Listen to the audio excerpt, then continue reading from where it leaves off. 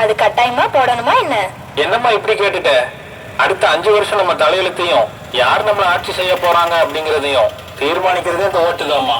அப்படி ஒருவேளை நம்ம ஓட்டு போட தவறிட்டா நம்ம தலைவர் யாருங்கிறத மத்தவங்க தீர்மானிச்சிருவாங்க. அதனால ஓட்டு போடுறதுங்கிறது நம்மளோட உரிமை மட்டும் இல்லம்மா, நம்மளோட கடமையும் தான்.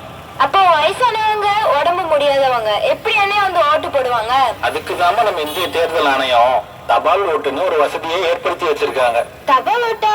அது எப்படி போடுறது? அதுக்கு தாம BLO, அதாவது பூத் லெவல் ஆபீசர் இருக்காங்க. அவங்க கிட்ட சொன்னா அவங்க அதுக்கு ஏற்பாடு பண்ணி கொடுப்பாங்க. 85 வயசுக்கு மேல இருக்கிறவங்க வீட்டுல இருந்தே தபால் ஓட்ட சுலபமா போட்டுக்கலாமா.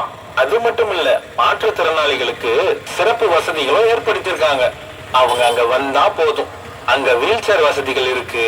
அதை பயன்படுத்தி அவங்க வாக்குகளை அவங்க பதிவு செஞ்சுக்கலாம். நம்மளுக்காக அரசாங்கம் இவ்வளவு வசதிகளை பண்றாங்களா? அப்ப கண்டிப்பா நம்மளோட ஓட்டு தவறாம வாக்களிக்கணும். ஆமா, 100% வாக்குப்பதிவுன்னு சொல்றாங்களே, அப்படின்னா என்னன்னே? அதாவதுமா, நம்ம வாக்காளர் பட்டியல்ல எவ்வளவு பேர் இருக்கோமோ, வாக்களிக்க தகுதியுள்ள எத்தனை பேர் இருக்கோமோ, அவங்க அவ்வளவு பேரும் போய் மொத்தமா ஓட்டு போடுறதுதாமா 100% வாக்குப்பதிவு. நம்ம தென்காசி மாவட்டத்துல அந்த மாதிரி வாக்குப்பதிவு கொண்டு வரணும்னு தான் நம்ம மாவட்ட ஆட்சித்தலைவர் முழு முயற்சியில் ஈடுபட்டு இருக்காங்க. அதுக்கு ஒத்துழைக்கிற விதமா தான் நம்ம எல்லாரும் குடும்பமா போய் 100% வாக்குகளை பதிவு செய்யணும். அப்போதான் நம்ம ஜனநாயகம் செழிக்கும். அதனால நீ நம்ம குடும்பத்துல இருக்கிற 18 வயசுக்கு மேல இருக்கிறவங்க எல்லார்கிட்டையும் தவறாம வாக்களிக்க சொல்லிடு.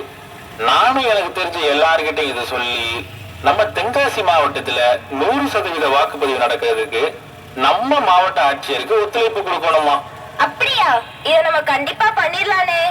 வாக்களிக்கிறது நம்மளோட கடமை. அனைவரும் தவறாமல் வாக்களிப்போம்.